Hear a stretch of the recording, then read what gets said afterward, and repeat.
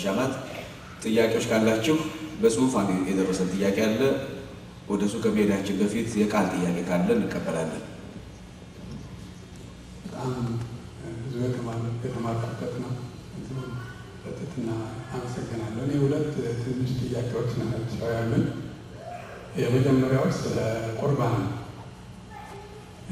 በመጠኑ እንደማውቀው እህትማማች ቤተክርስቲያን የሚባሉት ከኛ ጋር የኮፕቶች፣ የአርመን እና የህንድና የሶሪያ እነዚህ ናቸው እና እህትማማችን የምንባለው የመሰለን በመሰረታዊ ዶግማችን ተመሳሳይ ስለሆነ ይመስለኛል። ግን በአንድ በተግባር በመጠኑ በማውቀው ልዩነት ያለ ቁርባን ነው እና በተለይ በኮፕቶች በኩል እንደሚታወቀው እነሱ ምዕመናኖቻቸው ንስሐ እየገቡ በብዛት ቁርባንን ይቀበላሉ። በእኛ ቤተክርስቲያን ሁላችንም እንደምናውቀው ቅዳሴው መጀመሪያ ላይ እንዲያውም ቁርባኑን ያልተቀበለ ይወገድ የእግዚአብሔርን ትእዛዝ አፍርሷልና ይላል። በመጨረሻው ብዙም እየተማረ ማስጠንቀቂያ እየተሰጠ በአንድ በኩል፣ በሌላ በኩል ደግሞ ድህነት የምንፈልግ ነን፣ ክርስቲያንነታችን እናምናለን። ቁርባኑን ግን ሳንወስድ ቆመን እንቀራለን።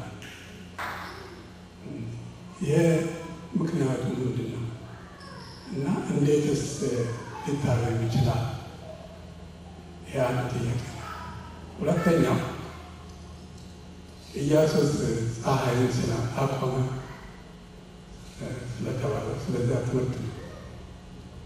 እግዚአብሔር ከፈቀደ ፀሐይን እንኳን 24 እና ከዚያ የበለጠ ሊያቆም እንደሚችል ክርስቲያን ያልሆነ ሁሉ ያምናል እና ግን አሁን በዚያን ጊዜ 24 አቆመ ሲባል በነበረው ግንዛቤ ሰው ግር እንዳይለው ተባለ እንጂ አሁን ግን በግልጽ የሚታወቀው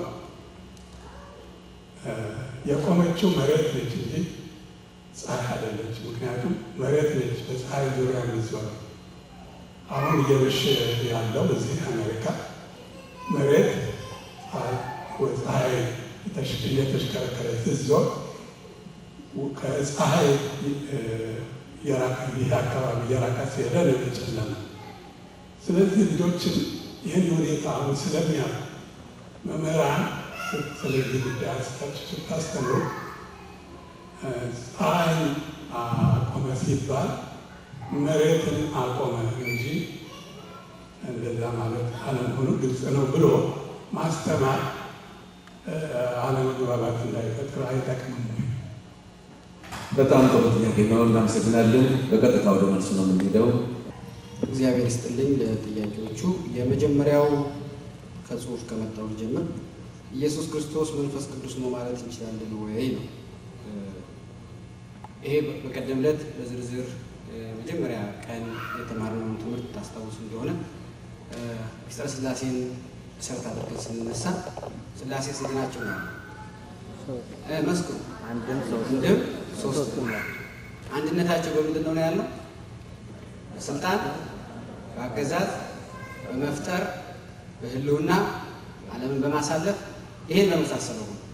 ሶስትነታቸውስ በስም፣ በአካል፣ በግብር። የስም ሶስትነት እንዴት ነው ያለው?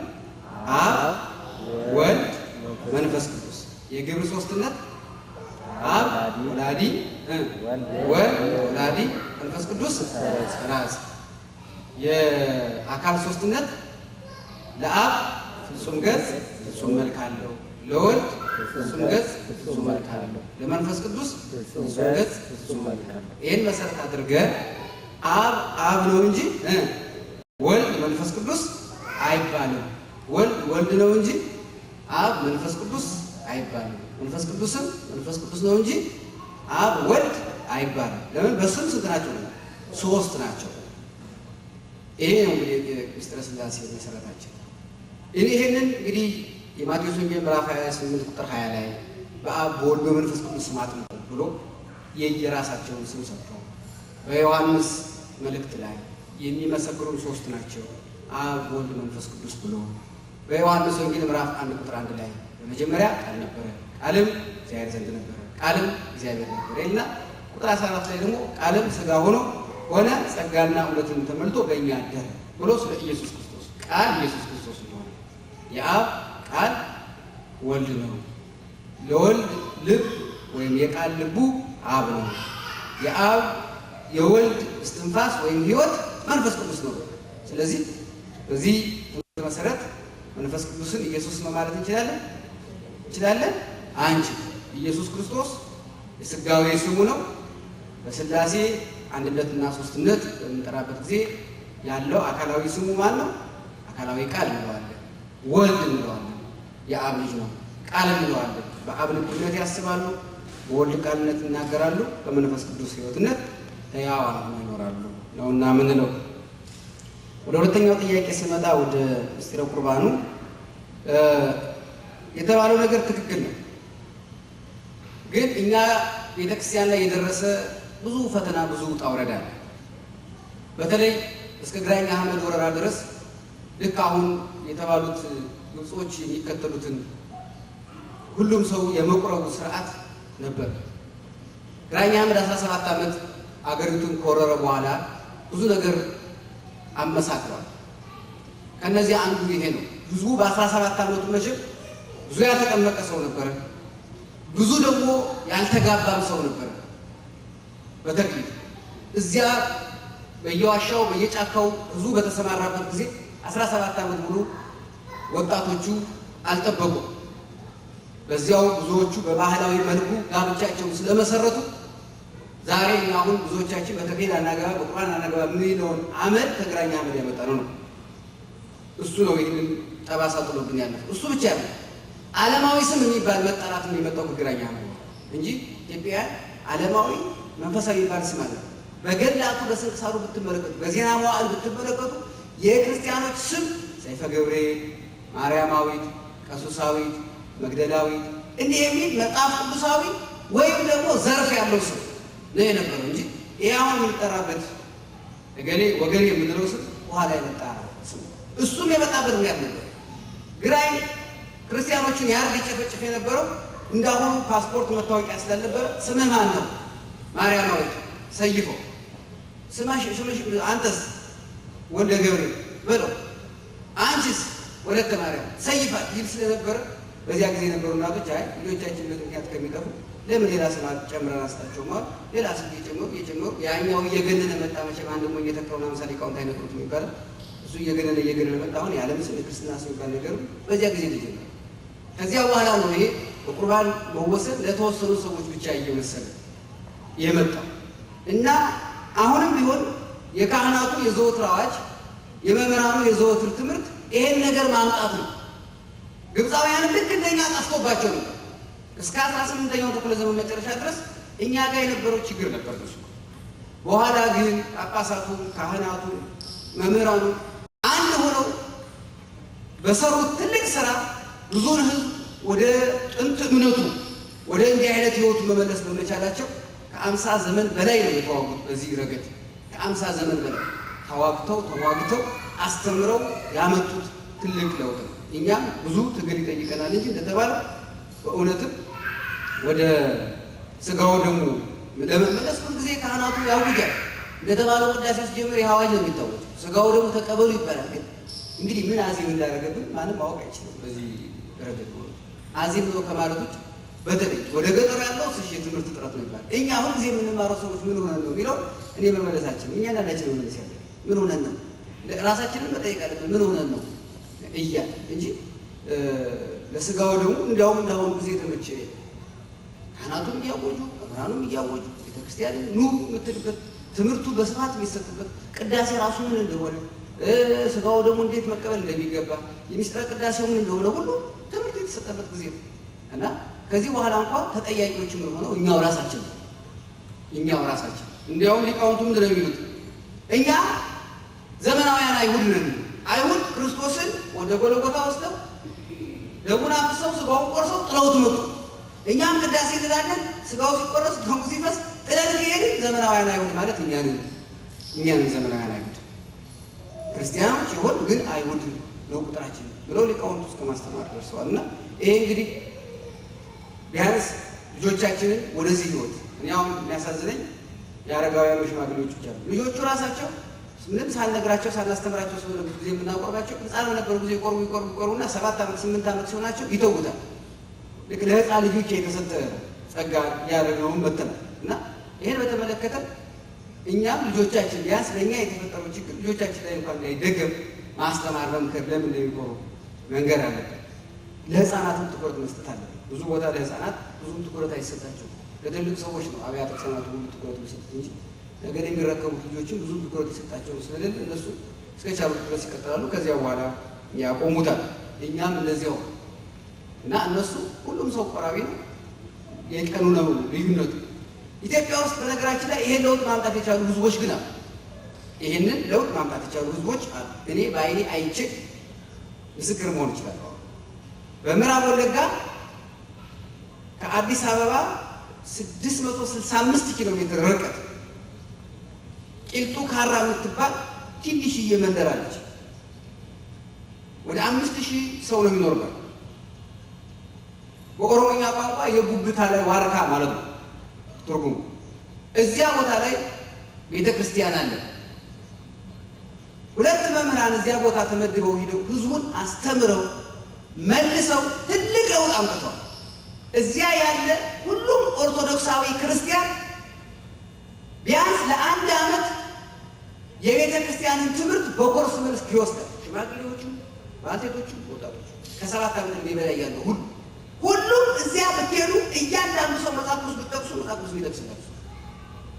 ሁሉም ያውቋል። አማደ ምስጢርን፣ ስርዓተ ቤተክርስቲያን፣ የቤተክርስቲያን ታሪክ፣ ሌላውንም የቤተክርስቲያን ትምህርት በሙሉ ተምረዋል፣ አውቀውታል። ሁሉም ይነግሯቸዋል። ቋንቋቸው ብቻ የተለየ ከመሆኑ በስተቀር ካይና ሁሉም ነገር እንደውም ብዙ ጊዜ መናፍቃን ሊሰብኳቸው በሚሄዱበት ጊዜ ይሰበሰቡላቸዋል። ሲጠሯቸው ይቀመጣል፣ ህዝቡ ይመጣል፣ ቁጭ ይላል። ከዚያ በኋላ ትምህርት ሲጀምር ትምህርት ከመጀመራችሁ በፊት ግን ጥያቄ አለ እና ያን ጥያቄ ከመለሳችሁ ነው የምታስተምሩ ብለው ነው ቁጥር አድርገው የሚሏቸው። እኔ 2 ጥያቄዎቻቸውን አስታውሳለሁ። እናንተ አንዴ የሙሉ ወንጌል አማኞች የሚባሉት ሄዱ።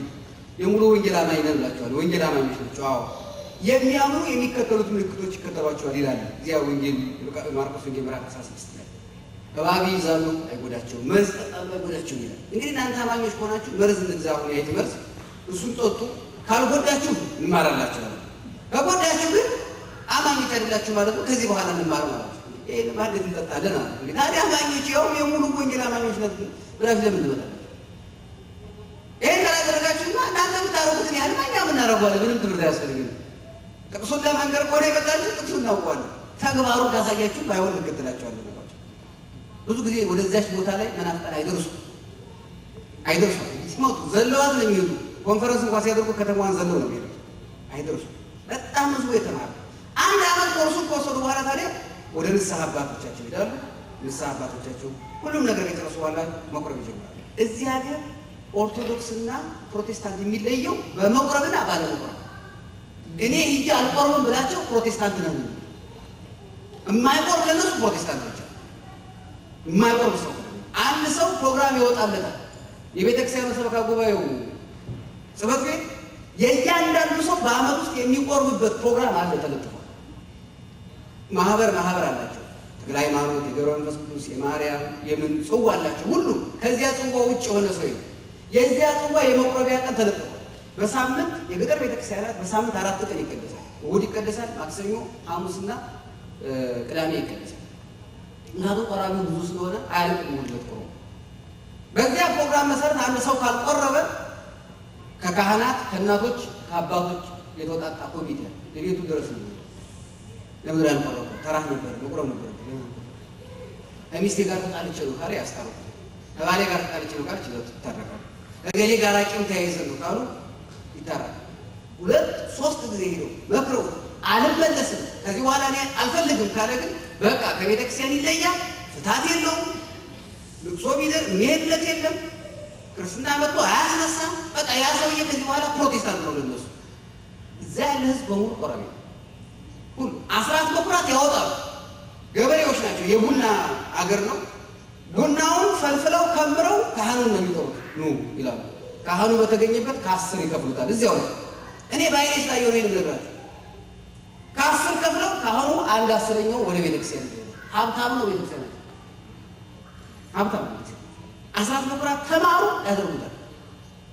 ንስሐ መግባት ለነሱ አዲስ አይደለም። እኔ እዛ ሀገር ለጉባኤ ተጠርቼ ሲሄድ የጨነቀኝ ምን እንደማስተምራቸው።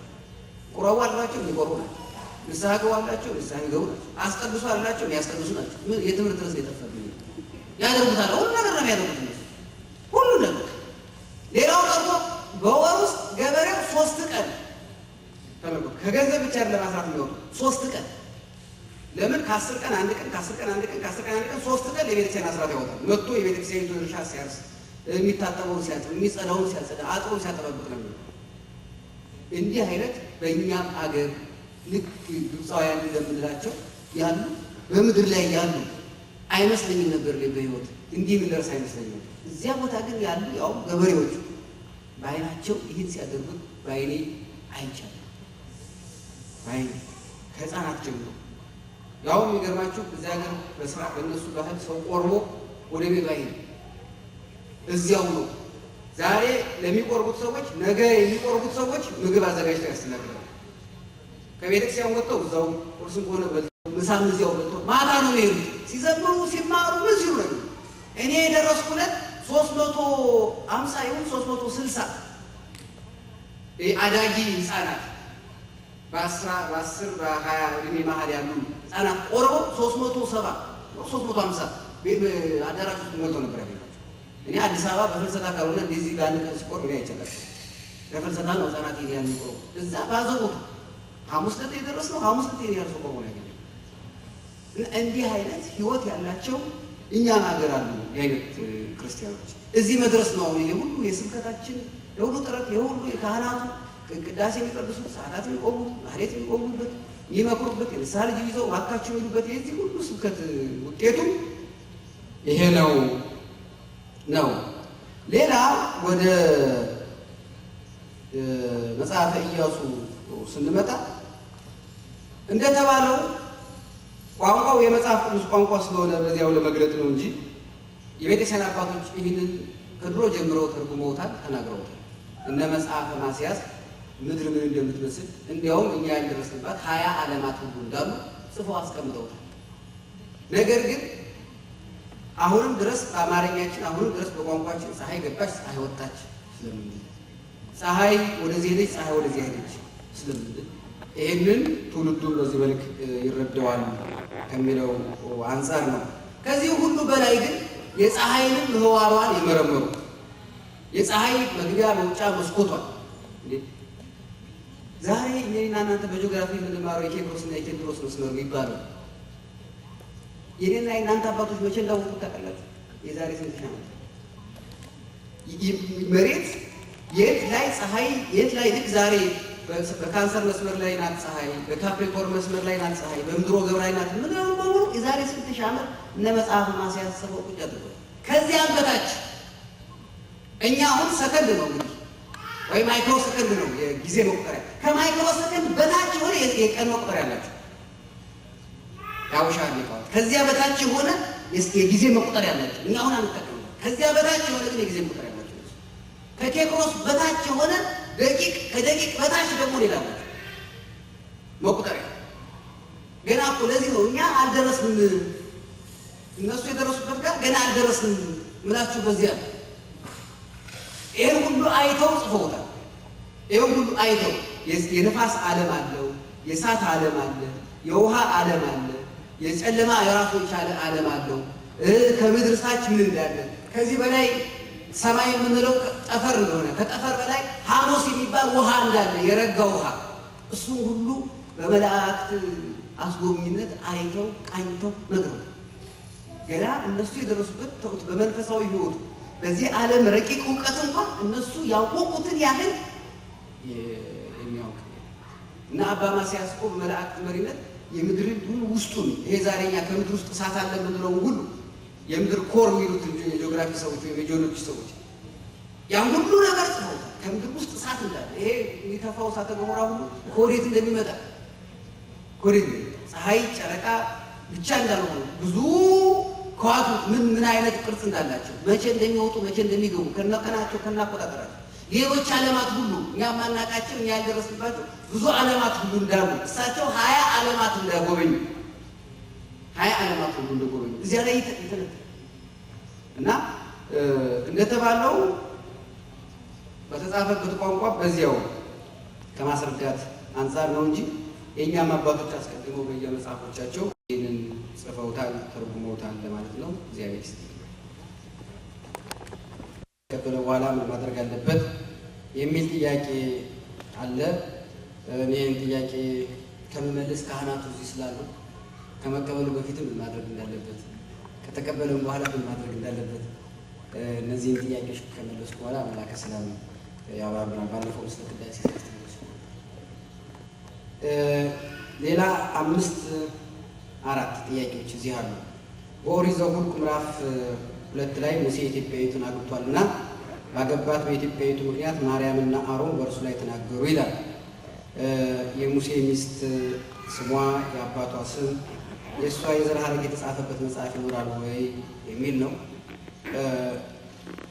ይህንን በተመለከተ በዝርዝር የተጻፈበት መጽሐፍ እኔ እስካሁን ድረስ አላነበብኩም። እኔ በግሌ እኛ ሰው ካለ ምናልባት ከዚህ ሊገልጽልን ይችላል። አባቷ ግን ሙሴ ራሱ አማቱ ዮቶር ስለሆኑ አባቷ ዮቶር እንደሚባል በዚህ በኦሪት መጽሐፉ ላይ ተገልጿል። ከዚያ ውጭ በዘር ሐረጓን በተመለከተ የተጻፈበትን መጽሐፍ ግን እኔ አላስታወስም።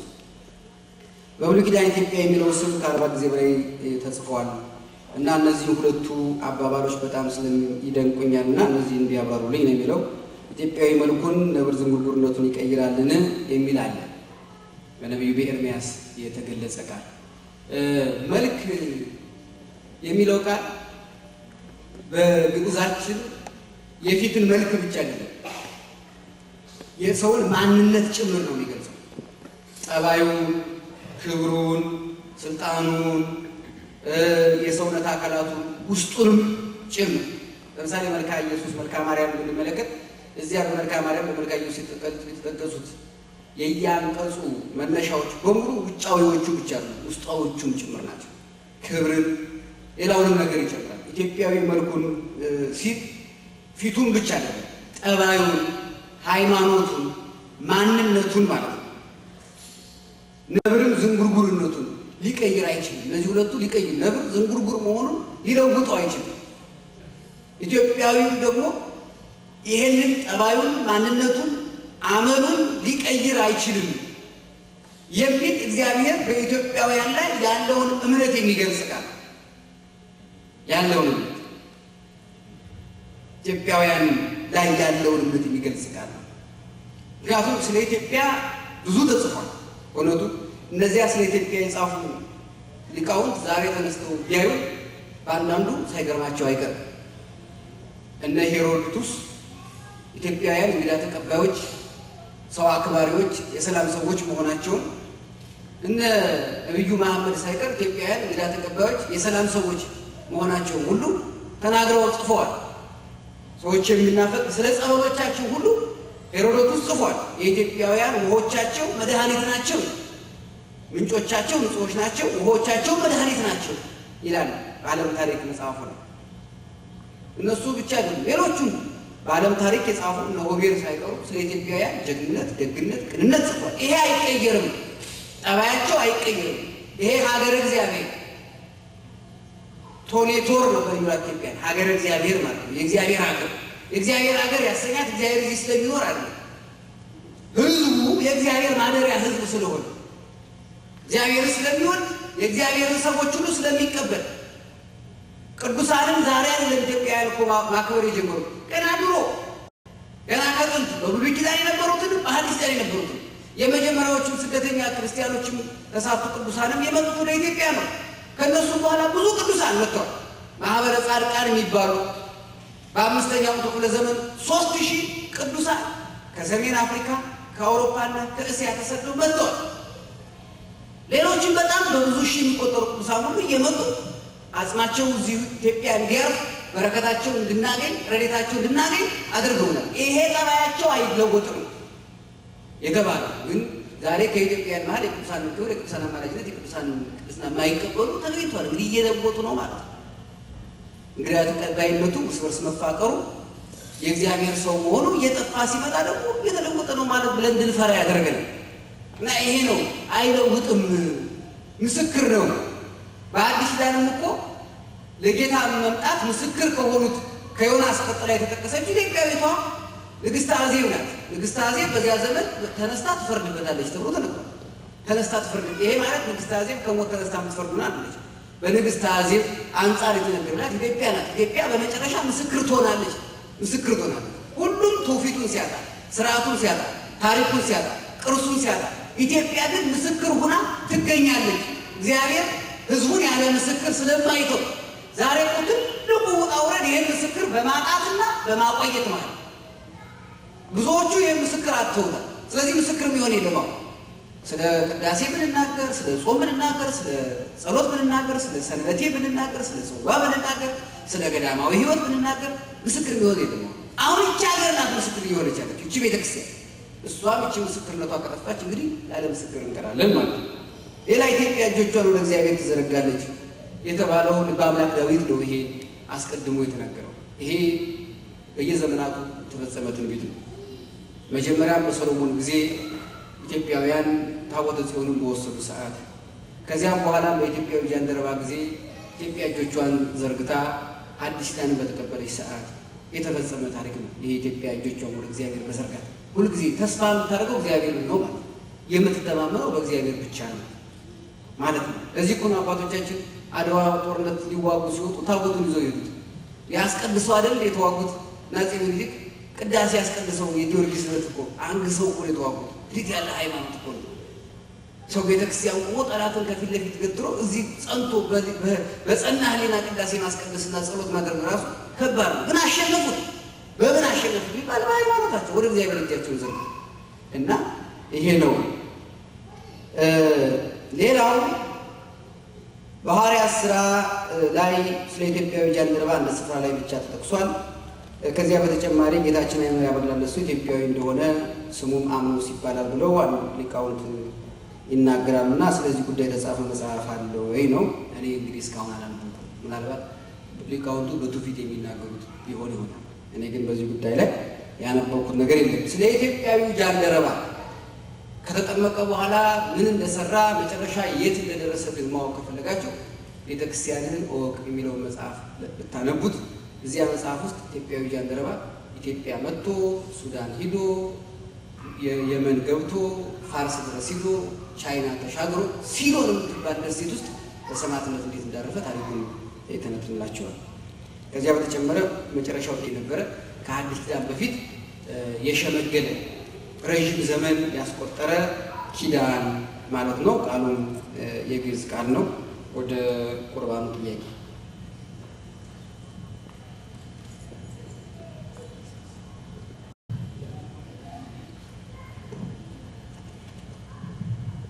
እሺ፣ እግዚአብሔር ይስጥልን። የጥያቄው መንፈስ ያው ከቅዱስ ሥጋው ከክቡር ደሙ በፊት ምን ማድረግ ይገባናል ነው። ግልጽ ነው መቼም ቤተክርስቲያናችን ከጥንቱ ጀምሮ ስታስተምር ቆይታለች። በተለይም ጌታችን ኢየሱስ ክርስቶስ ቅዱስ ሥጋውን እና ክቡር ደሙን ራሱ ስርዓቱን ከሰጠን ሰዓት ጀምሮ ሐዋርያቱ በሲኖዶሳቸው እንደዚሁም በየጊዜው የሚነሱ ቅዱሳን አባቶቻችን በየሲኖዶሳቸው ይህንኑ እያጸኑ ሲወርድ ሲዋረድ የመጣ ሕግና ስርዓት አለ። ምንድን ነው? ሶስት ነገሮችን ነው በንስሐ ሰዓት ላይ የምናስተውለው። ሶስት ጉዳዮችን እንፈጽማለን። እነዚህ የኃጢአት መንገዶች መሆናቸውን እነዚህ ሶስቱ መንገዶች ለቅድስና ለሆነው ሥጋና ደም የሚያበቁን ንስሐ ስናስገባ ሕዝቡን የምንጠይቀው ሕዝቡ ደግሞ የሚፈጽማቸው ሶስት ጉዳዮች አሉ። ባጭሩ አንደኛው እስከ ዛሬ ድረስ ከልጅነት እስከ እውቀት ወይም ነፍስ ካወቅንበት ሰዓት ጀምሮ ራሳችንን ካወቅንበት ሰዓት ጀምሮ እስካሁኑ ሰዓት እስካለንበት ሰዓት ድረስ ከሰዎች ጋር ያለን ቂምና በቀል ይሄ መቼም ለስጋና ደም አያበቃም። ቂምና በቀል ካለበት ሰው ስጋና ደሙን አይቀበልም። ቅዳሴ ውስጥም የሚታወጀው ይሄው ነው። ንጹሕ የሆነ ይቀበል በልቡና ሐሳብ ልዩ ሐሳብና ዝሙት ቂምና በቀል ያለበት ይኖር እንዳይቀር እና ይሄ አንዱ ቂም በቀል ልባችን ንጹሕ ሆኖ ክርስቶስ እንዲያድርበት ለካህናት የምንናዘዘው ይሄ ነው። ቂምና በቀል ሲባል ባለንበት በምንኖርበት ቦታ ብቻ አይደለም፣ እግራችን በረገጠበት ስፍራ ሁሉ። ለምሳሌ አሁን ያለነው እዚህ አሜሪካ ነው፣ የመጣ ነው ከኢትዮጵያ ነው። አብዛኛዎቻችን ከኢትዮጵያ ጀምሮ እዚህ አሜሪካ እስክንደርስ ድረስ በሱዳን በኩል የመጡ ይኖራሉ፣ በሜክሲኮ በኩል የመጡ ይኖራሉ፣ በቦሌ በኩል የመጣ እንኖራለን፣ በኬንያ በኩል የመጣ እንኖራለን። በመጣንበት ቦታ ሁሉ ከሰዎች ጋር ብንበድልም ብንበደልም ያደረግነው ኃጢአት ነው የሚለው ኩርፊያ ራሱ ኃጢአት ነው። ለምን ዝም ትለዋለህ? ለምን ታኮርፈዋለህ? እኔ እንደምወዳችሁ ተዋደዱ። ለምን ጸጥ ትለዋለህ? ሰላም ለምን አትለውም? እንግዲህ በልብ ውስጥ አንድ ነገር ሲኖር ነው ፍቅር የፍቅር ሰላምታ የሌለው እና ቂምና በቀል ካለንበት ጀምሮ እስካሁን ያለውን ከልባችን ውስጥ አውጥተን መጣል። ይሄ ድንጋይ ነው ይለዋል ሕዝቅኤል። የድንጋይ ልብ ስለሆነ የሚታዘዘውን ልብ እንዲሰጠን ወደ እግዚአብሔር መጸለይና በካህኑ አማካኝነት ይሄን መናዘዝ ነው። ሁለተኛው ደግሞ ስርቆት ከትንሿ ከቁራጯ ሳንቲም ጀምሮ ወይም 1 ሳንቲም ከምንላት ጀምሮ የኛ ያልሆነውን ነገር ወስደን ከሆነ ያንን መመለስ ነው። የሚካካሳውን ነገር እንደገና መስራት ነው ስርቆት። የስርቆት ትንሽ የለውም። አይ አጓግቶኝ ነው እንዲህ ያደረኩት፣ ይሄን ደግሞ ባልፈው ነገ ልከፍለው እችላለሁ ብለን ምን ሰርቀው ነገር ሊኖር ይችላል። አንዳንድ ሰዎች ብዙ ጊዜ ለስርቆት የሚጋለጡት የእነሱ ያልሆነው ነገር እነሱ ጋር አለ። ከዚህ ይችላል ሲቼ ይሄን ባለም ግን የእነሱ አይደለም፣ የሰው አደራም ሊሆን ይችላል ያ የተቀመጠ ነገር እና ወደፊት ይሄን አደርጋለሁ ብሎ በራስ ውሳኔ የሚወሰድ የራስ ያልሆነ ገንዘብ በየመስሪያ ቤት ያለው ባለፈው ነግሬያቸዋለሁ። ሰው ሁሉ መቼም ዛሬ ለስጋና ለደም ያላበቃው ግልጽ ነው የምንነጋገረው ብያቸዋለሁ በፊትም። ስርቆት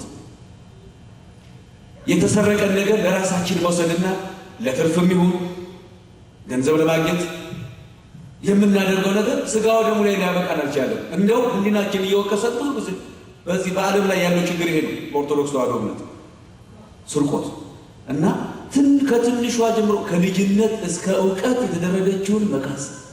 የተበደራችሁት ሰው በሕይወት አልፎ ከሆነ ያ ገንዘብ የእናንተ አይደለም። ያ የተበደራችሁት ገንዘብ ሰውየው የለምና ለቤተ ክርስቲያን ይሰጣል፣ በአዋጅ ነጋሪ ለሽማግሌዎች ይሰጣል። የራስ ንጹሕ የሆነውን ነገር ብቻ በመያዝ ያለፈ ነገርን እንደገና በመክፈል ዕዳን በመክፈል የምናደርገው ይሄ ለቅዱስ ሥጋና ለክቡር ደም ያበቃናል። ስለዚህ ኑዛዜ አንዱ ስርቆት ነው። ምንድን ነው የሰረቀው? የእግዚአብሔርን ገንዘብ ሊሆን ይችላል። ራሱን እግዚአብሔር ሰርቃችሁኛል የሚለው አለ። አስራቱን፣ በኩራቱን፣ ቀዳሚያቱን በወቅቱ ካልሰጠነው የእሱ ዕዳ አለብን ማለት ነው። ካለንበት እንኳን ጀምሮ ይሄንን መናዘዝ ለካህናት ያስፈልጋል። እንዲህ አይነት ነገር አለብኝ መክፈል ግን አልቻልኩም። እግዚአብሔር ደግሞ ይቅር ባይ ነው። ዝም ስንለው ነው የማይወደው እና ለስጋና ደም የሚያበቃን ሁለተኛው ደግሞ ለቅዱስ ሥጋው ለክቡር ደሙ ስርቆትን ማስወገድ። የሐሳብም ስርቆት ይኖራል። የወሬ ትናንትና ዲያቆን ዳንኤል ክብረት እየተናገረው ነበር። የወሬ ስርቆት ይኖራል። የወሬ ዝም ብሎ የማጣላት ያንንም ማስወገድ። ሶስተኛውና ኢየሱስ ክርስቶስን በማቴዎስ ወንጌል 5 ላይ የተናገረው ዘማዊነት፣ በጣም የረከሰው ስራ። አሁን ዓለም የማይቋቋመው በሽታ ሊመጣ የቻለው መድኃኒት የጠፋበት ወይም መድኃኒት ያልተገኘለት በሽታ ሊመጣ የቻለው በስርቆትም በቂም በቀልም አይደለም፣ በዘማዊነት ዝሙት ስንል ምንድን ነው? በሐልዮ በነቢብ በገቢር ነው ምንለው ስናሳርግ ጸሎት በማሰብ በመናገር በመስራት። ሰው ለካ ሳይሰራ ዝሙት ሳያደርግ ዘማዊ ሊሆን ይችላል። በማሰቡ ምንም ሳይንቀሳቀስ እቤቱ አልጋው ላይ ተኝቶ ካለ ወይ ቁጭ ብሎ ካለ ምንም ሳይንቀሳቀስ ቁጭ ባለበት ዘማዊ ሊሆን ይችላል። በጣም ከባድ ነው። ኢየሱስ ክርስቶስም ያለው ይሄንን ነው። ያን ሚስቶቻቸውን በዘመነ ብሉይ ያመነዝሩ ነበር። ብዙዎች በባሎቻቸው በሚስቶቻቸው ላይ ይቀጣቸው ነበር። እግዚአብሔር ሳያገቡ ክብራቸውን አሳልፈው ብዙዎች ሰጡ ነበር፣ ወንዶቹም ሴቶቹ። ዛሬ ግን እኔ እላችኋለሁ አለ። አሁን ለሥጋና ለደሙ የሰጠን ባለቤት ኢየሱስ ክርስቶስ ያን ጊዜ ያመነዘረ አልጋው ላይ የወደቀ ነበረ የሚረክሰው ኃጢአተኛ የሚባለው። አሁን ግን እላችኋለሁ እንዲህ አይነቱ ሳይሆን በልቡ የተመኘ ያየና በልቡ የተመኘ። መቼም ማየት ማለት እየተያየን ነው የምንኖረው። ማየት ኃጢአት አይደለም። መመኘት ግን ኃጢአት ነው፣ የራስ ያልሆነውን መመኘት። ስለዚህ ከዚህ ጀምሮ ዘማዊነት ስላለ፣ ከዚህ ጀምሮ የረከሰ ክፋት ስላለ የክፋት ስራ ለሥጋና ለደም እንዲያበቃ እንደዚህ አይነት ትናንትናም ስለ ዝሙት ተምረናል። ዛሬ ሰው መንፈሱ የሚያነሳሳው ለምን አይነት መንፈስ እንደሆነ መንፈስ ቅዱስን እንዳና ያደረገ አንዱ የዝሙት መንፈስ እየጋረደ ትናንትና በሚገባ ተላልፏል። እነዚህ ሶስት መንገዶች ከልባችን ውስጥ ከወጡ ቅድም የጠቀሳት ያቺ ከተማ በኢትዮጵያ በጣም የሚያስቀና ነው። እኛ ምኞታችን ይሄ ነው። እዚህ መድረክ ላይ የሚቆሙት ሁሉ መምህራን ምኞታቸው ይሄ ነው። ፍሬያችን ይሄ ነው። ገበሬው ሲያርስ ፍሬው ይሄ ነው። ቃሉን ስንዘራ ፍሬው ይሄ ነው። ሁሉ ሰው በጣም ቆራቢ ጋር ተቀባይ ቢሆን ጊዜ አጥሮን ዝም ብለን አምሽተን እንደው በሄድ እግዚአብሔር እውነት ፀሐይና ጨረቃውን የሚያቆም ነበር እንደተባለ። ስለዚህ እነዚህ ሶስት መንገዶች አንድ ሰው ለንስሐ የሚያበቁ ናቸው። እነዚህ ሁሉ እኛ ውስጥ አሉ ወይ ብሎ እንግዲህ መመርመር ነው። ቂምና በቀል አለብኝ ይሆን? የሰረቁት ገንዘብ አለ ይሆን? ዘማዊነት ውስጥ ያለ ይሆን?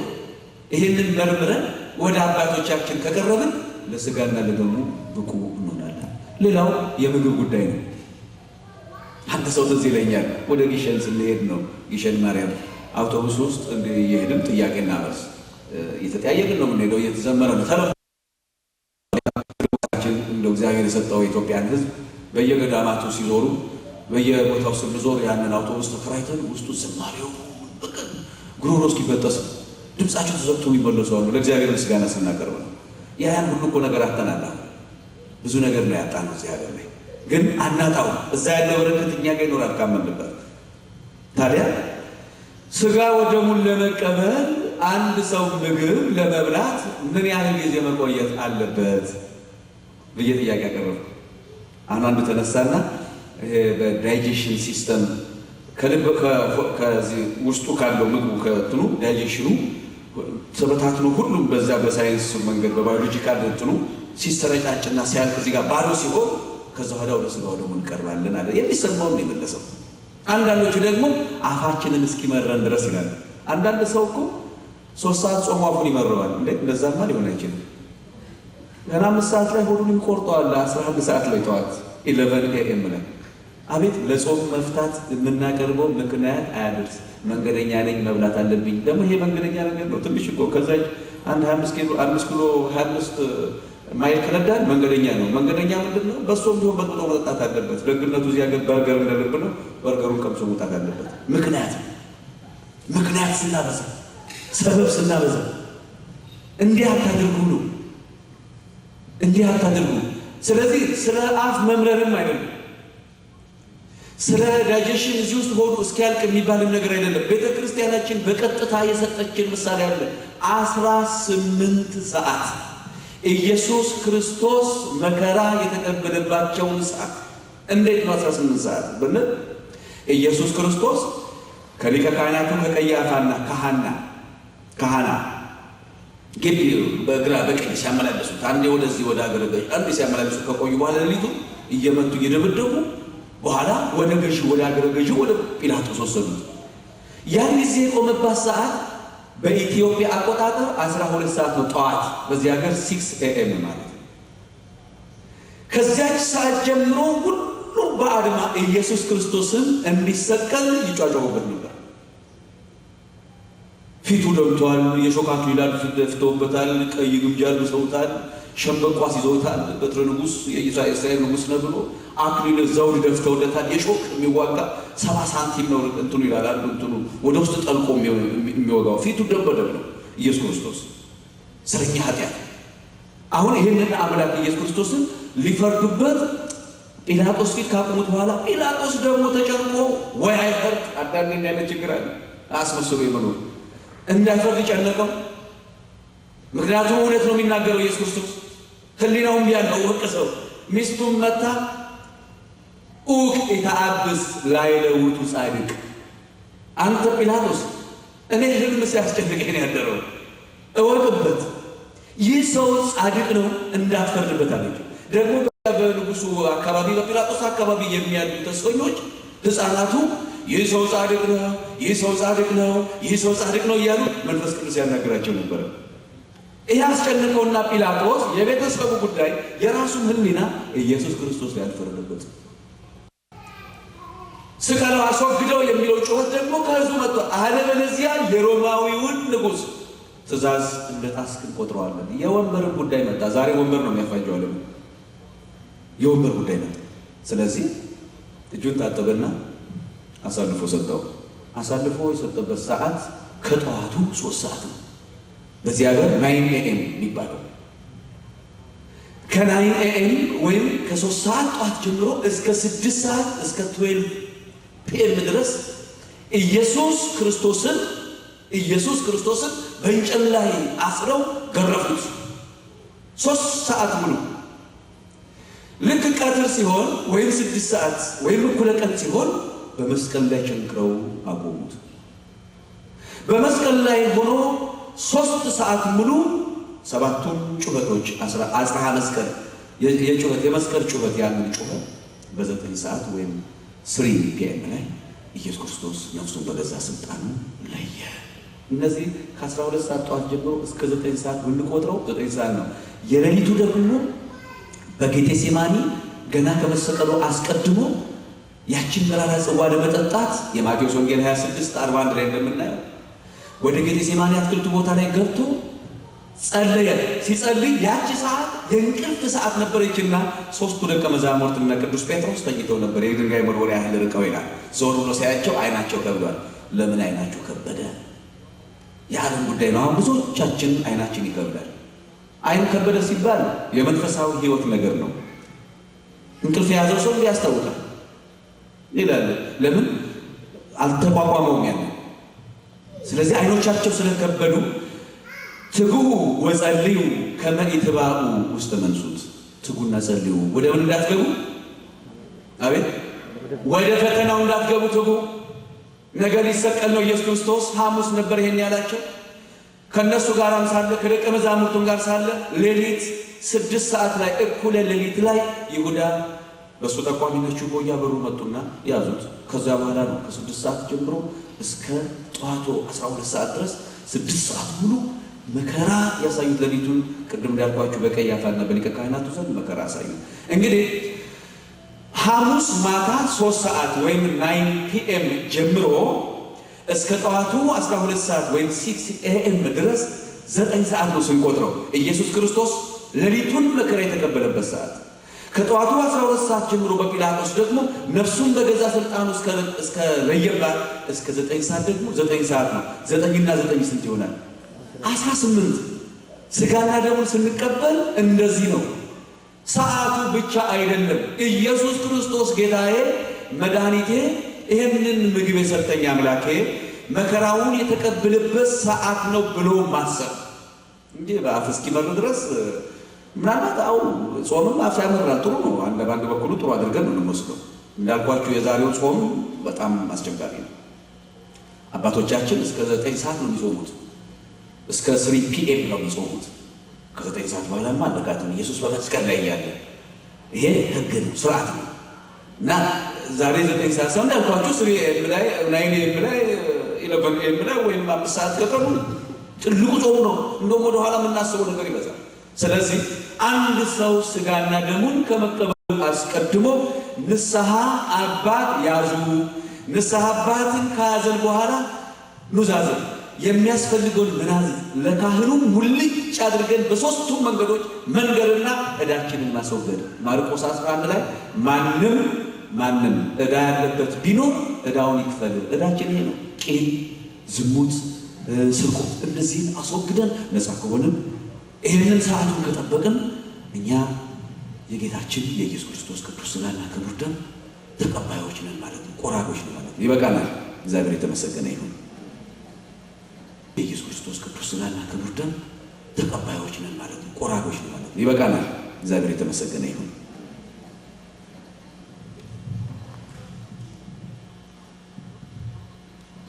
እሺ፣ ቃላት ያሰማልን። ሌሎቻችሁ እንግዲህ ጥያቄዎች ካሏችሁ ቶሎ ሰብሰብ አድርጉና አንዴ መልሰን እንፈጽም። ጥያቄዎችን መጀመሪያ ያሰባስብ ይመዝገቡና ሁሉም ለመልስ እንዲመች፣ አለዚያ ባሉ ጥያቄ ላይ እናጥራለን ማለት ነው። ያ እንዳይሆን ጥያቄዎች በሙሉ ይሰባሰቡና ወደ መምህሩ ይምጡ። ከዚያ በኋላ አጠራ ባለ መልኩ መልሱ ማስረጃውን እዚህ ነው የሚለው እየተሰጠ እናጠቃልና ብንሄድ ጥሩ ነው።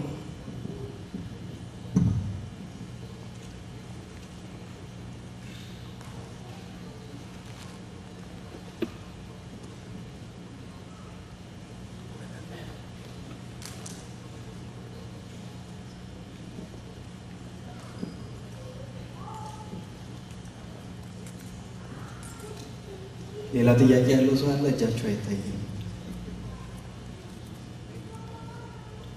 ከሌለ ጥያቄ ችግር የለም። ግዴታ ትናንት ጠይቁ ነው። ከገባቸው ችግር የለም። ያልገባው ካለ ይጠይቅ። ለትንሽ ደቂቃ ለምስጣችሁ ሲበዛ እጅ አወጣለች። አይዛ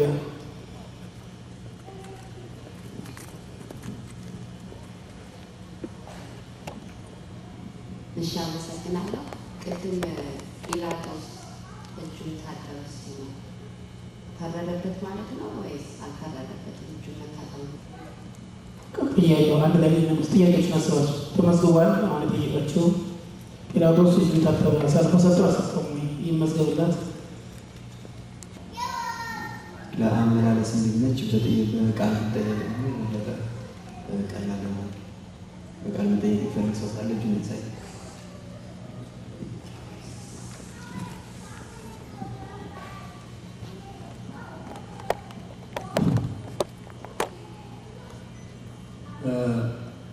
ቅድም በትምህርቱ ላይ እንደተገለጸው ኢያሱ ሌሎችም ቅዱሳን በተሰጣቸው ጸጋ ሰርተው አልፈዋል። ዛሬ ደግሞ እነዚህን ቅዱሳን የሰሩትን የሚቃወሙ አስፈላጊ አይደለም የሚሉ በጊዜያችን ተነስተው ገድላትን፣ ታምራትን፣ ድርሳናትን፣ መስቀልን አንፈልግም አስፈላጊ ማለት የሚሉ ተነስተዋል። በዚህ ላይ ምን አስተያየት እና መልስ እንዲሰጠ ይፈልጋሉ። ምክንያቱም በጊዜው አሁኑ በዚች አገር ላይ ትልቅ ውክታና ችግር የተፈጠረበት በገድላትና ሕዝብን እያሳሳቱ ወደ አልሆነ መንገድ የሚሄድ እየተፈጠረ ስለሆነ እነዚህን ነገሮች ቢብራሩበት። አመሰግናለሁ።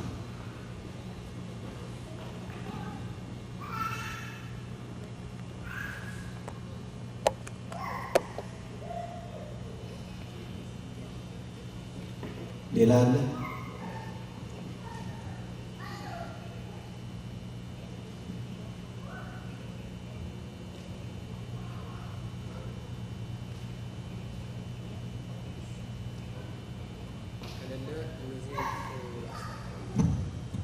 እነዚህን መልሰን እንጨርሳለን ማለት ነው።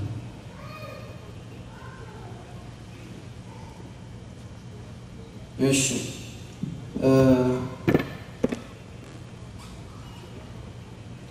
በመጽሐፍ ቅዱስ ላይ ስዕልን በተመለከተ የተጻፈ ነገር አለ ወይ የሚል ነው የመጀመሪያው ጥያቄ።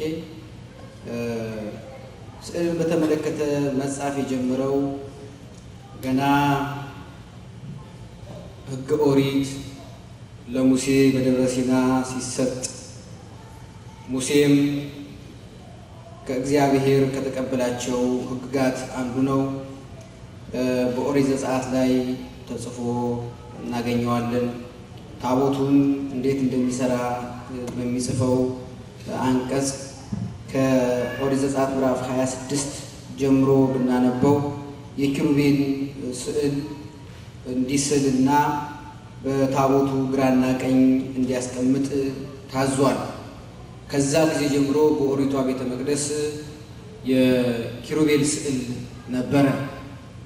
አባታችን አባ ኤፍሬም በውዳሴ ማርያም እንደተረጎመው ምድራዊቷ ኪሩቤል የተባለች ደግሞ ማናት? እንዲያውም ከኪሩቤል ትበልጫለሽ በሱራፌልም ትልቂያለሽ ነው ይላል። ስለዚህ ዛሬ በኢትዮጵያ ቤተክርስቲያን ስርዓት ቅዳሴ በምንቀድስበት በመንበሩ ላይ የምናስቀምጠው ስዕል የማን ነው? የእመቤታችን ምስለ ፍቁር ወልዳ። በብሉይም የኪሩቤል ስዕል ነበረ በመሰዊያው ግራና ቀኝ የሚቀመጠው በታቦቱ፣ በሐዲስም በመሰዊያው በታቦቱ የሚቀመጠው የእመቤታችን ስዕል ነው። ከዚያ በኋላም በቤተክርስቲያናችን ታሪክ ከመጀመሪያው ክፍለ ዘመን ክርስቲያኖቹ በካታኮምብ በምድር ከገቡበት ጊዜ ጀምሮ በስዕል እያስተማሩ በስዕል አማካኝነት ለስዕሉ ባለቤት እየሰገዱ ከስዕሉ እንዲያውም ተአምራት እየተደረገላቸው በታምረ ማርያም የጼዴንያን ታሪክ ታስታውሳላቸው። እዚያ በጼዴንያ የነበረችው የማርታን ታሪክ ማለት ነው። ሌሎችም በስዕል አማካኝነት ብዙ ድንቅ ተአምራት ተደርጎላቸዋል። ይህንን የበለጠ በቤተክርስቲያን ታሪክ ብፁዕ አቡነ ጎርጎርዮስን በጻፉት ታሪክ ላይ ማንበብ ትችላላችሁ። ከዛ ቀጥሎ አብሮ የተጠየቀው ጥያቄ ምንድን ነው? በመጽሐፍ ቅዱስ ላይ መንፈስ ቅዱስ ያንቀጠቅጣል የሚል ተጽፏል ወይ? የሌላ ሃይማኖት ሰዎች ስለጠየቁኝ ነው። እኔ ማውቀው ዛሬ ያንቀጠቅጣል ሲባል ነው እንጂ የሚያንቀጠቅጥ መንፈስ ቅዱስ የለም። መንፈስ ቅዱስ ሰላማዊ መንፈስ ነው፣ የሰላም መንፈስ ነው። የሐዋርያት ሥራን በሙሉ ብናነብ መንፈስ ወረደባቸው፣ በልዩ ልዩ ልሳኖች ወይም ቋንቋዎች ተናገሩ፣ የተለያየ ጸጋ ተሰጣቸው ነው እንጂ አንቀጠቀጣቸው የሚል የለም። እኔ በሀገሬ የማውቀው ዛር ነው የሚያንቀጠቅጠው። ዛር ደግሞ የሰይጣን መንፈስ ነው እና አንዳንድ ጊዜ ሰይጣን ራሱ ወባም ያንቀጠቅጣል ነው ሊሆን ይችላል። እንግዲህ እዚህ ሀገር ወባ ገብቶ ከሆነ ከዚያ በተጨማሪ ሰይጣን የብርሃን መልአክ እስኪመስል ድረስ ራሱን ይሰውራል ስለሚል ሰይጣን ራሱ መንፈስ ቅዱስ ነኝ ብሎ ቢመጣ አይገርምም። በድርሳነ ሚካኤልም ላይ በአፎሚያ ታሪክ ሚካኤል ነኝ ብሎ የመጣበት እግዚአብሔር ነኝ ብሎ የመጣበት በመጽሐፈ በቅዱስ ጳውሎስ መልእክቱ ለተሰሎንቄ ሰዎችን ብንመለከት ሰይጣን ራሱ በመጨረሻው ጊዜ መሲህ ክርስቶስ ነኝ ብሎ እንደሚመጣ የሚናገራል እና ከዚህ በላይ ሊሆን ስለሚችል ሊደንቀን አይገባም ለማለት ነው። ሌላው ጲላጦስ እጁን ለምን ታጠበ? ጲላጦስ እጁን የታጠበበት ምክንያት ሁለት ነው። በኦሪት ዘሌዋውያን አንድ ሕግ አለ። አንድ ሰው ቢሞት ገዳዩ ማን እንደሆነ ባይታወቅ ወይም ደግሞ በዚያ ሰው ሞት ማን እንደተባበረ ባይታወቅ ሁሉም ሰው እጁን ይታጠብ፣ እኔ ከዚህ ሰው ሞት የለሁበትም ሲል እጁን ይታጠብ ይላል።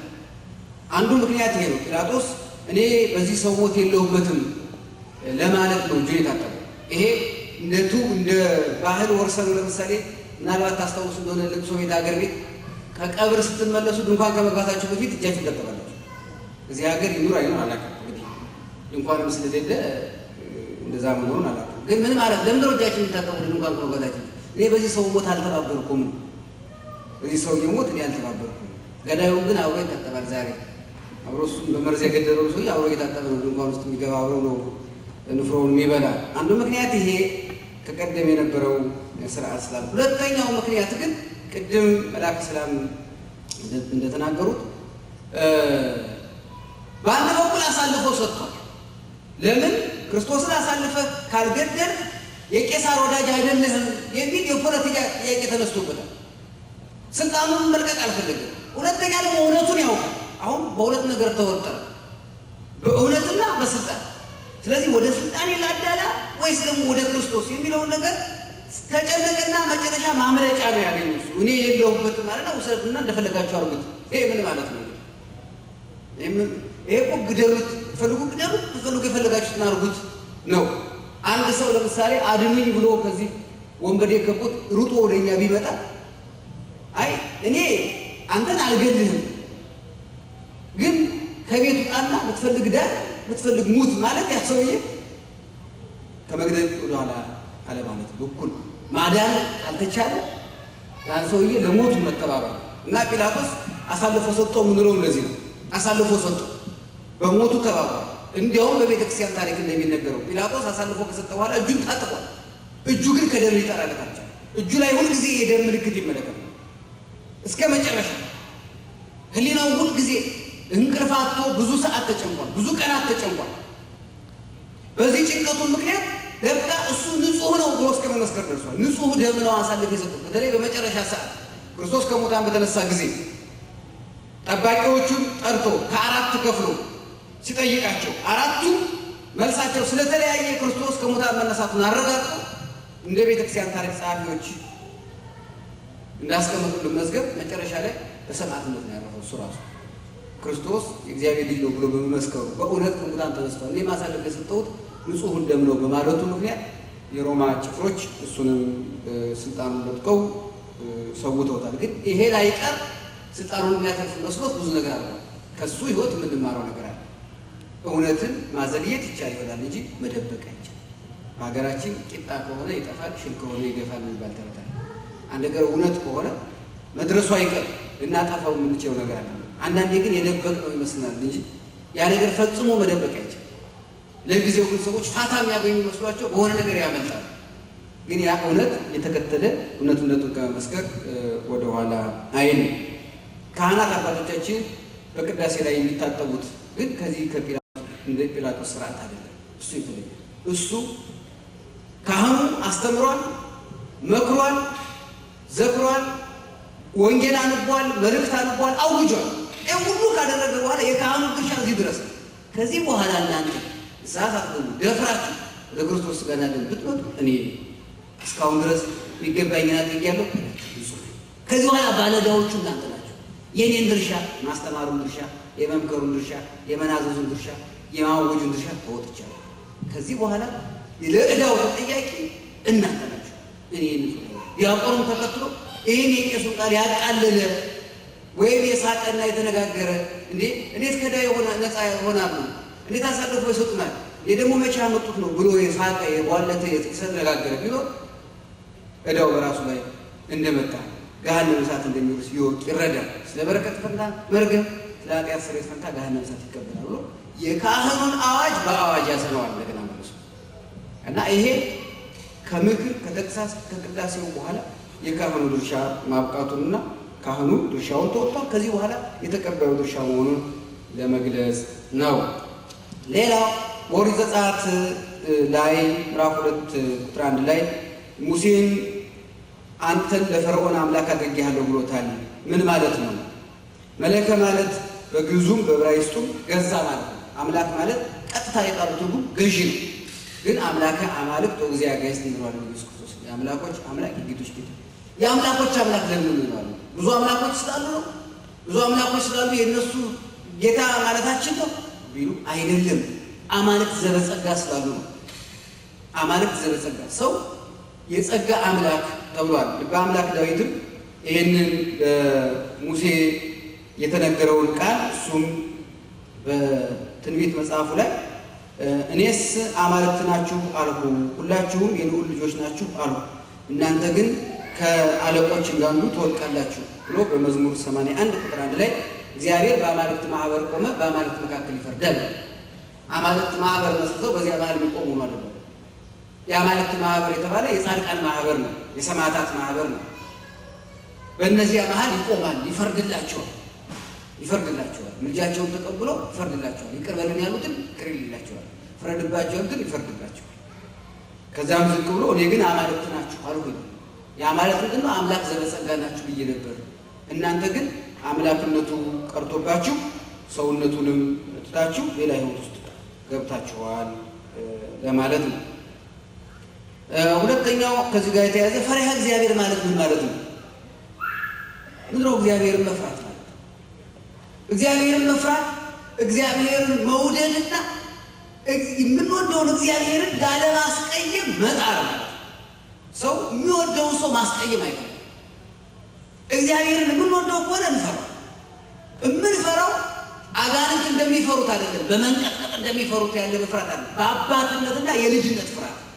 እግዚአብሔር ይቀየማል፣ ያዝናል። የፍቅር አምላክ፣ የርኅራኄ አምላክ፣ የቸርነት አምላክ እንዴት በእኔ ኃጢአት ይፈርድ ብሎ ማሰብ ነው አንዱ ይሄ። ሌላው ፈሪሃ እግዚአብሔር ማለት እግዚአብሔር ሁሉ ጊዜ በፊት ማየት ነው፣ ፊት ለፊት ማየት። እንዴት በእግዚአብሔር ፊት ኃጢአት እሰራለሁ? አሁን እኮ ይህም በእግዚአብሔር ፊት ነኝ፣ እናንተ በእግዚአብሔር ፊት የምንነጋገረው በእግዚአብሔር ፊት ነው የምንሰራው። ሰው አሁን አንዳንድ ጊዜ በር ዘግቶ ኃጢአት ይሰራል። እግዚአብሔር ፊት እኮ እንደ ጥንቸሏ ጥንቸል እና መሬት ማህበር እንጠጣ ብለው ጽዋ መሰረቱ ይባላል።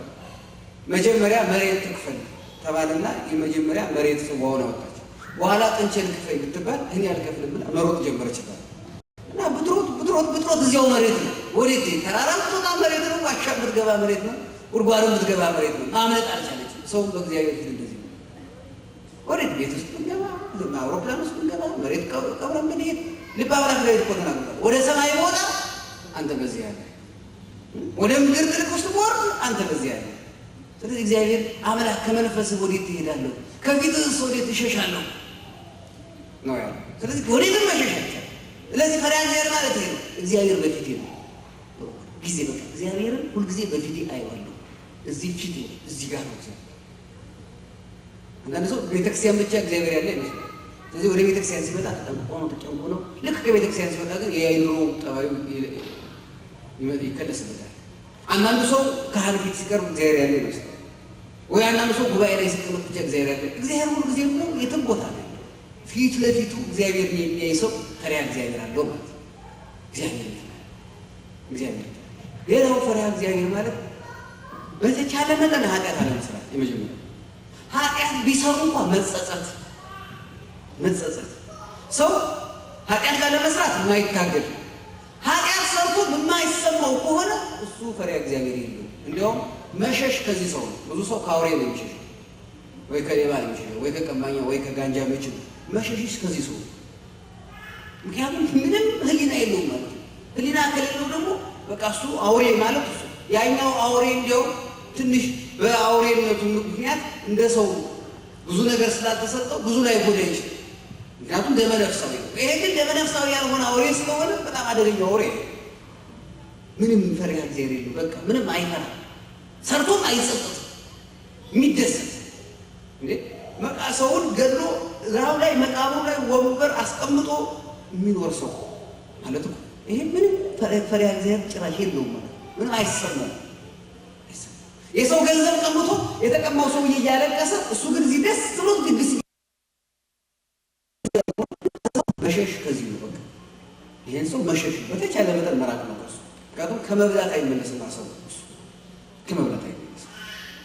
ምንም ነገር በደል በድሎ አጥፍተሃል ሲሉት ምንም የማይሰማው ከሆነ መሸሽ ከዚህ ሰው ምንም እግዚአብሔር ነው ይፈራል እንዴ ከዚህ በላይ ደፋር እና ፈሪሃ እግዚአብሔር ማለት ይሄን ማለት ነው። ይሄ ደግሞ ለሁላችንም ጳጳስም፣ ካህንም፣ መነኩሴም፣ ድንግላዊም፣ ያገባም ያላገባም፣ ባለስልጣን ተራም አይል ለሁሉም ሰው የሚገባው ነገር ነው። ሌላው ቅዱሳንን የማይቀበሉ የሚቃወሙ የእነሱን ስራ የማይቀበሉ ሰዎች አሉ ዛሬ። አዎ መጽሐፉን በመጨረሻው ዘመን እዚህ እንደሚመጡ በሰይጣን መንፈስ የሚመሩ በራእይ 12 ላይ እንደተገለጸው በአሸዋ ላይ ቆመ ማደሪያውን ኢየሱስን ማደሪያውን ቅዱሳኑን ይሳደባል የሚለው የስድብ መንፈስ የተሰጣቸው አሉ። ይሄ መንፈሰ ጽርፈት ይባላል። አባቶቻችን ድሮ ጀምሮ ተናግረውበታል። ስለዚህ መንፈስ የሚያሰድብ መንፈስ ማለት ነው። ቅዱሳኑን የሚያሰድብ ማደሪያው የተባለች እመቤታችን የሚያሰድብ ቅዱሳኑን የሚያሰድብ ቤተክርስቲያን ማደሪያው ማህደረ መለኮት። ስለዚህ እሷን የሚያሰድብ ኢየሱስ ክርስቶስን የሚያሰድብ ፍጡር እያሰኘ የሚያሰድብ ይሄ መንፈስ የተጠናወታቸው ሰዎች ዛሬ አሉ። የቅዱሳንን ሕይወት ሁሉ የሚሳደቡ የቅዱሳንን ኑሮ አኗኗሩ ሁሉ የሚንቁ ቅዳሴውን የሚሳደቡ መዝሙሩን የሚሳደቡ ከበሮውን የሚሳደቡ ክህነቱን የሚሳደቡ ገዳማዊ ሕይወቱን የሚሳደቡ ጾሙን የሚሳደቡ ጸሎቱን የሚሳደቡ ቅዳሴ ማርያሙን የሚሳደቡ ይሄ ሁሉ የሚሳደቡ ወዶ አይደለም የያዘ ይዟቸው እንጂ ሰው እንዲህ አያደርግም። ሰው ከሆነ እንዲህ አያደርግም። ግን ሌላ ነገር ሲጨመርበት ሌላ ነገር ተጨምሮበት በአፄ ቴዎድሮስ ዘመነ መንግስት ደብረ ታቦር አንድ ዋርካ ስር ተቀምጠው አረፍ ብለው እያለ አንድ ሰውዬ ሰክሮ በዚያ መንገድ ያልፋል።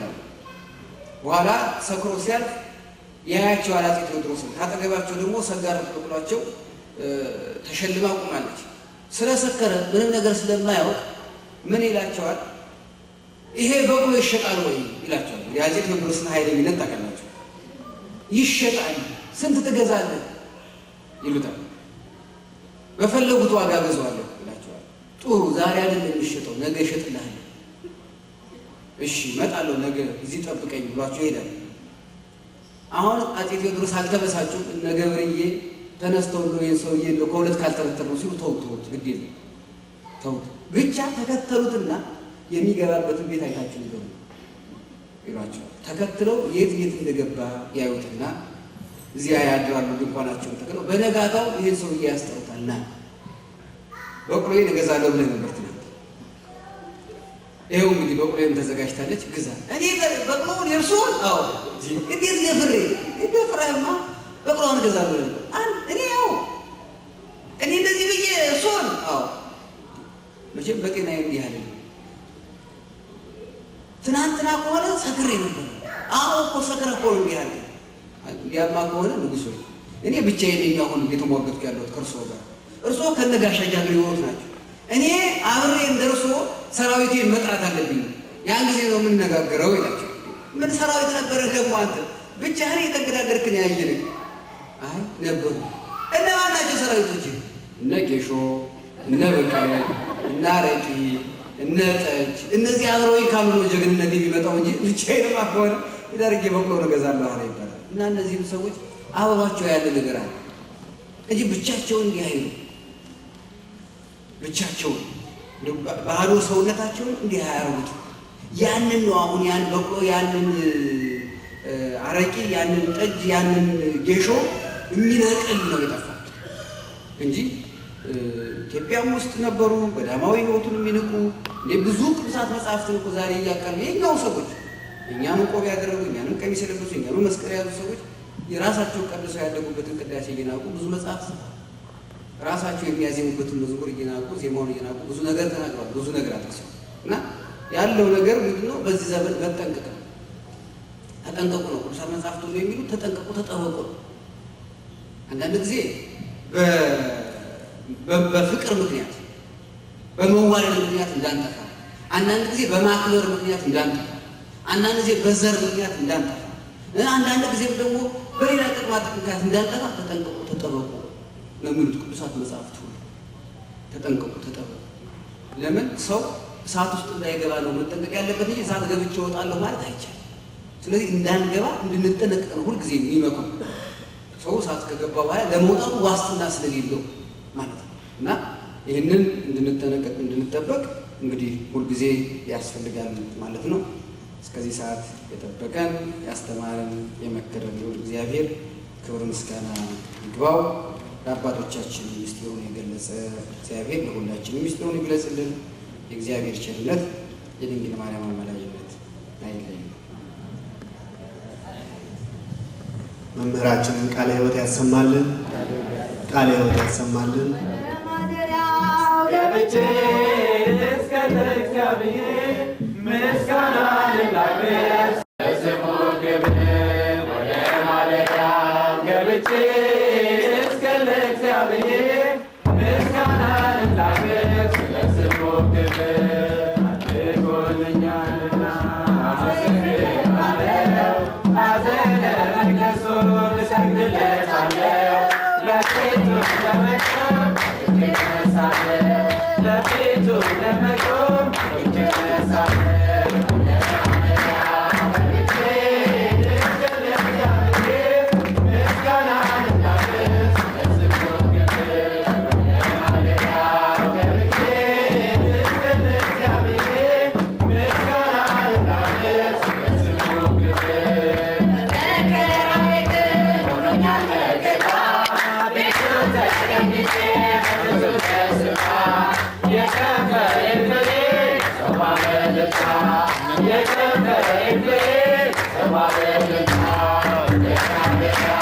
Yeah.